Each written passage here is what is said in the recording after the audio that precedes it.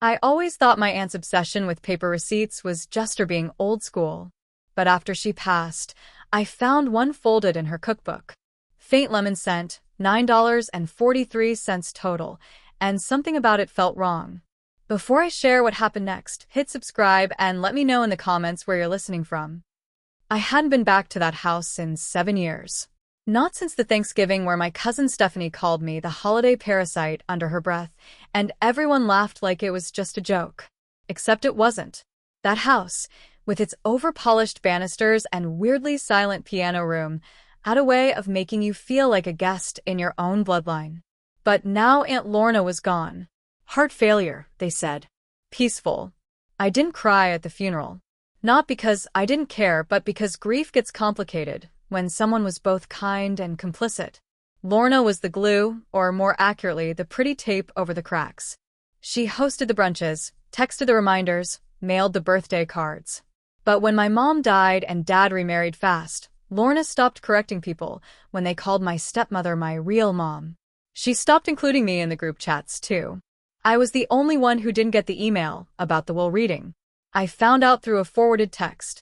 Stephanie sent it to an old group thread by mistake, or maybe not. Heading to Lorna's lawyer tomorrow. Hope she mentioned the cabin. No one corrected it. No one replied to me when I asked if I should come. Just silence. Digital, cold, humiliating silence. So, I showed up anyway. And that's when I felt it. That same hush from childhood where you walk into a room and people go still. That brief flicker of facial recalibration, too slow to hide the truth, too fast to confront it. It happened when I walked into the lawyer's office and saw all three of them, Stephanie, her brother Mason, and our Uncle Greg, already seated. No extra chair. No copy of the will for me. Hey, I said softly, clutching my purse like a shield. I didn't get the email, but I thought maybe. The lawyer, some junior associate, who looked like he still had a GPA, blinked too many times. Sorry, were you on the list of beneficiaries? Should be, I said. I'm her goddaughter. She raised me after my mom passed. Greg coughed. Lorna revised everything last year. Said she wanted to simplify things. Streamline, Stephanie chimed in, smiling with all teeth, no warmth. Less confusion. My stomach twisted, but I nodded. I left without arguing. I told myself maybe she did change it. Maybe she forgot. People forget things. People die, and sometimes they forget you first. But 3 weeks later, while helping clean out the house, I found the receipt. It was tucked inside an old church cookbook, the kind with spiral binding and clip-art muffins. I flipped it open out of habit. Aunt Lorna used to mark her favorites with tiny notes, needs more nutmeg, or sub applesauce. There, on the page for lemon bars, was a grocery store receipt from June of last year. Just over $9. Eggs, lemons, sugar, and one odd item, a prepaid legal envelope. From Dunham and Trent Legal Stationers. I didn't recognize the name, but I recognized the date. It was 2 days after her last hospital visit. The one where she called me at midnight crying because Greg had taken her car keys, for her own good. The total was $9.43. I don't know why that stuck with me. Maybe because it was so small. So ordinary. But I kept it. That night, something made me look up the store's location. It wasn't the usual chain she shopped at. It was 45 minutes away in a totally different part of town. And that's when I noticed something else. The receipt said, paid by, debit, card ending in 1192. Aunt Lorna didn't have a card ending in 1192. But I did. Years ago. Before I closed that account. I froze. How could my old debit card number show up on a receipt I never made, for a store I'd never been to? The next morning, I went back to the house early, before anyone else arrived for cleanup. I didn't tell anyone. Just quietly searched drawers, boxes, the back of cupboards. In the piano bench, under some old sheet music, I found a locked metal file box. No key. But I remembered something weird, a chipped little blue ceramic bowl Lorna always kept by the window. She used to say, "That's where the sharp things go." I found a small envelope opener tucked inside. It worked well enough. Inside the box were folders labeled with sticky notes. Some were mundane: tax returns, pet records, expired coupons. But one folder was labeled cabin transfer. I opened it.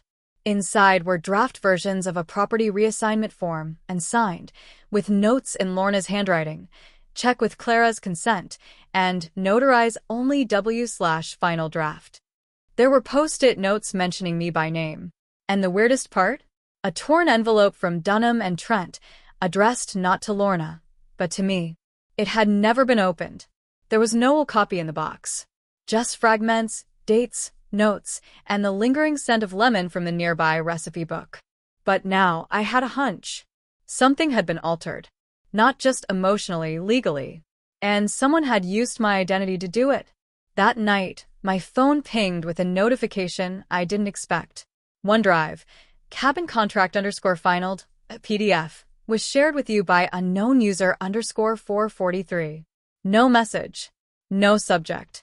Just the file. I opened it. The signature looked like mine. But I hadn't signed anything. And it wasn't just creepy. It was criminal. The digital signature didn't just look like mine. It was mine. The loops, the angle, even the tiny skip where I sometimes lifted my pen too soon. But I hadn't signed anything in years, especially not a cabin transfer agreement, with a clause that conveniently stated I had willingly surrendered all claims to Aunt Lorna's estate in exchange for a sentimental keepsake. A ceramic mug, apparently. The timestamp on the file said it was signed and uploaded 6 months ago.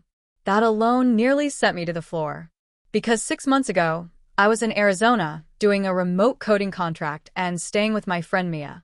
I hadn't been within 300 miles of the cabin, or of Lorna, or of whoever decided to digitally copy my signature and pretend I'd been part of this backroom deal. I called Mia. She remembered the trip. She even had group texts, photos, and time-stamped Venmo splits for our pizza nights. That proved I wasn't even in state. So, who forged the file? And more urgently, who was unknown user _443? I didn't tell my family what I'd received.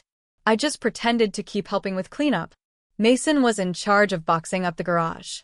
Stephanie had turned Lorna's bedroom into her temporary office, working remote while sorting through clothes and jewelry.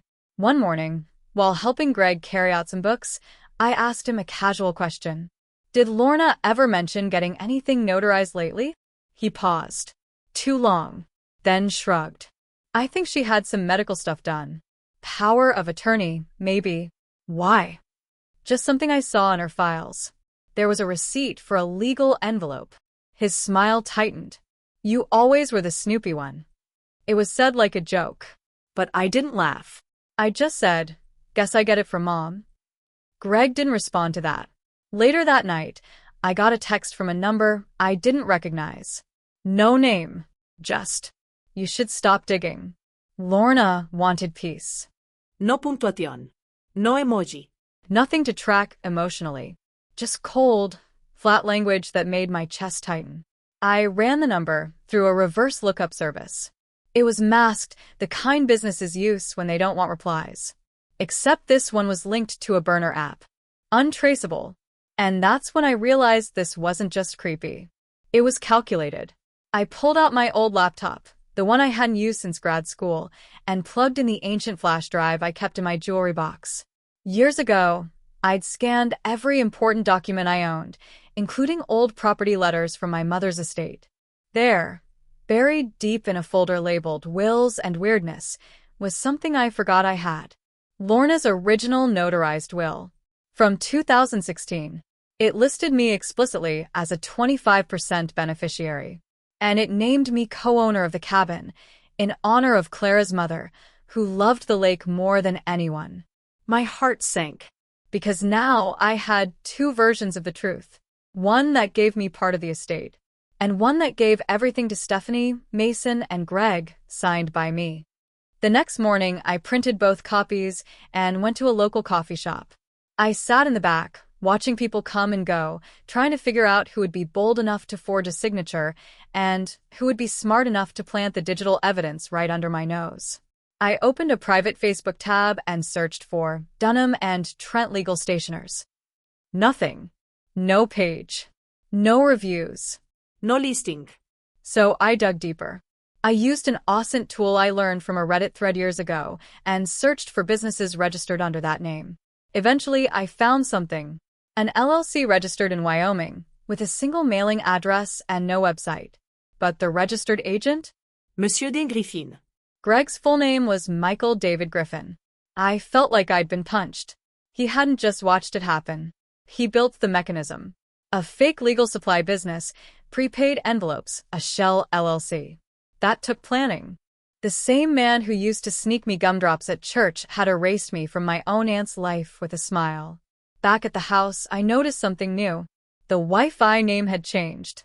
It used to be Lorna's Nest. Now it was Cabin Cleared. I asked Mason about it. He shrugged. I reset the router. The old one was glitchy. Did you change the password? Nah, still the same.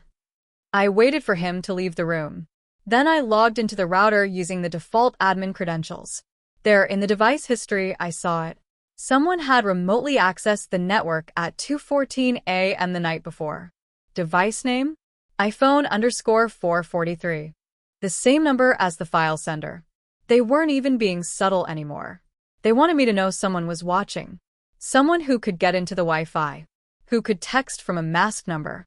Who could forge a signature that passed legal muster.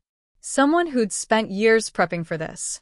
I forwarded everything to a digital forensics expert I found through a private FB group for whistleblowers.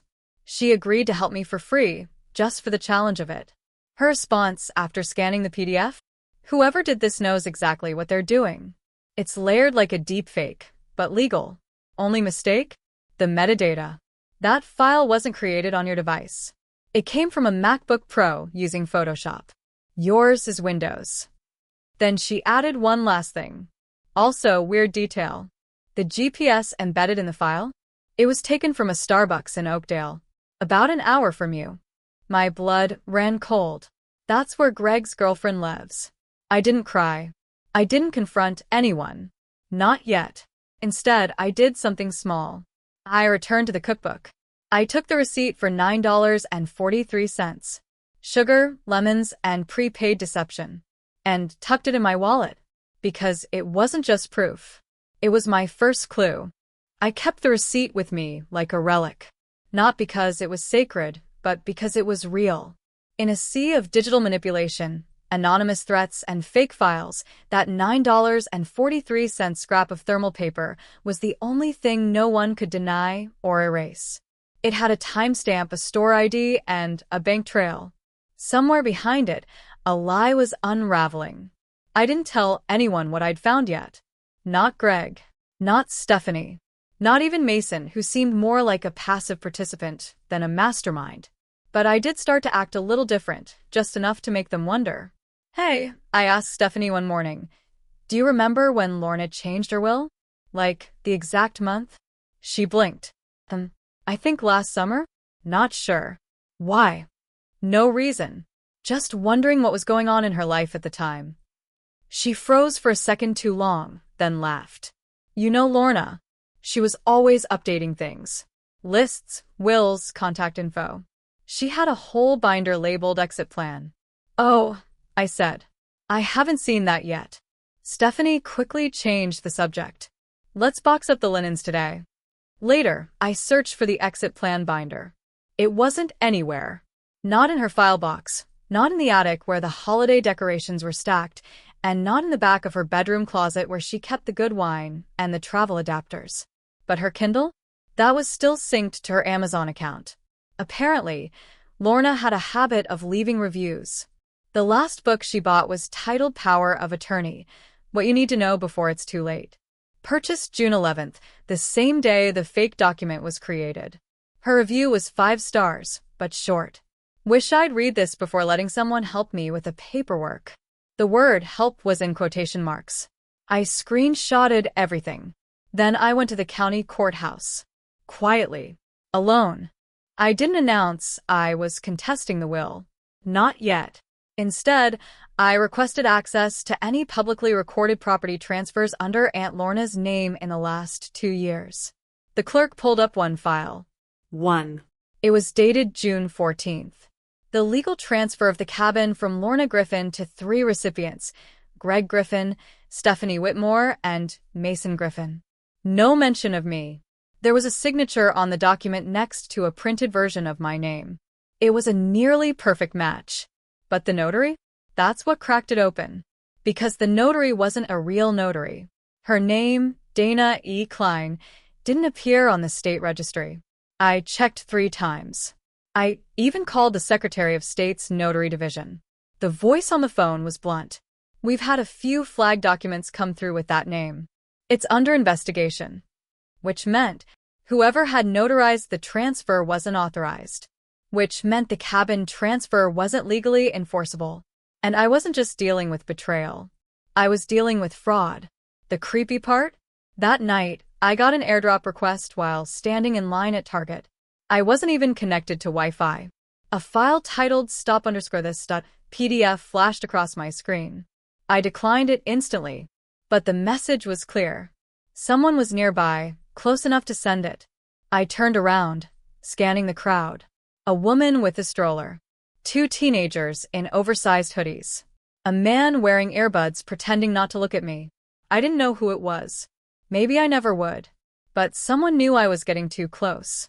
That night, I double-checked my own devices. Location sharing was off.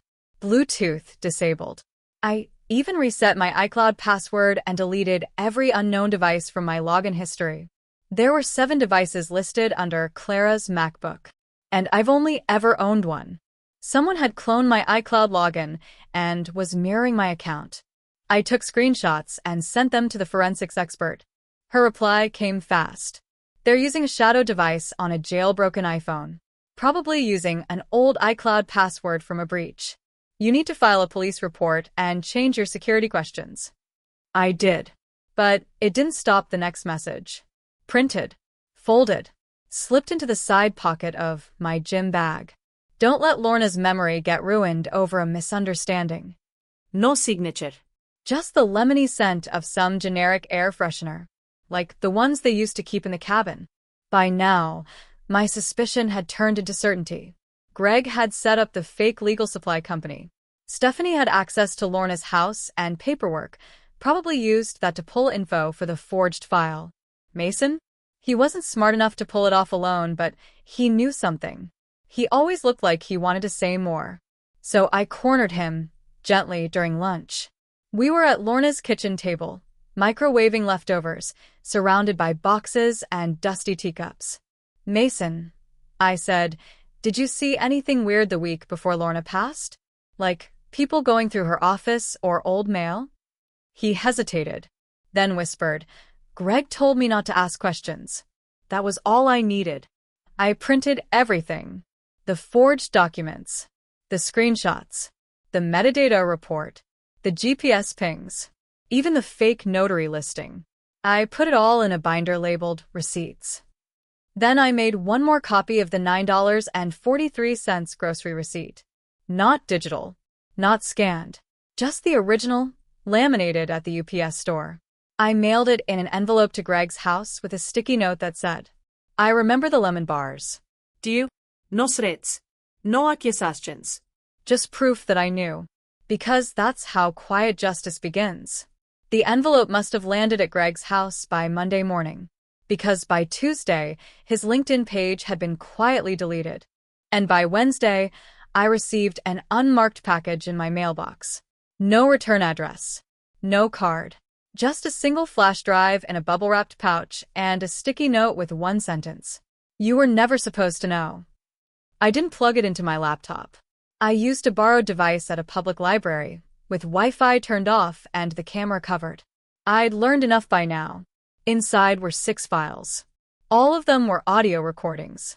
The first was dated June 10th. I hit play. Rustling. Clicking. Then Lorna's voice, tired but clear. Greg, you said this would protect Clara. Greg's voice, low and smooth. It will. She's better off not dealing with the estate. She can't manage a property alone. She's not a child. She's impulsive.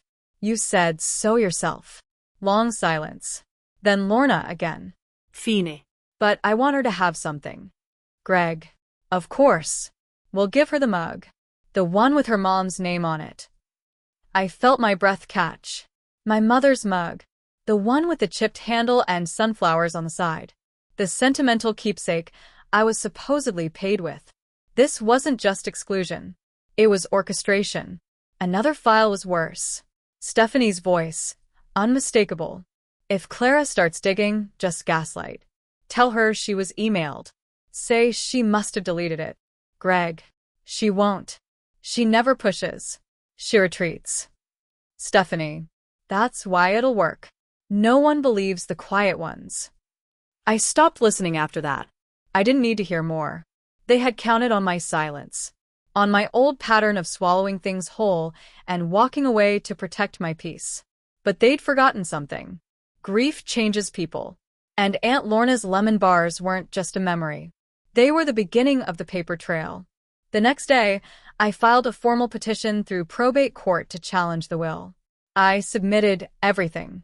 The 2016 will, the forged documents, the forensics report, the fake notary evidence, even a certified transcription of the audio files.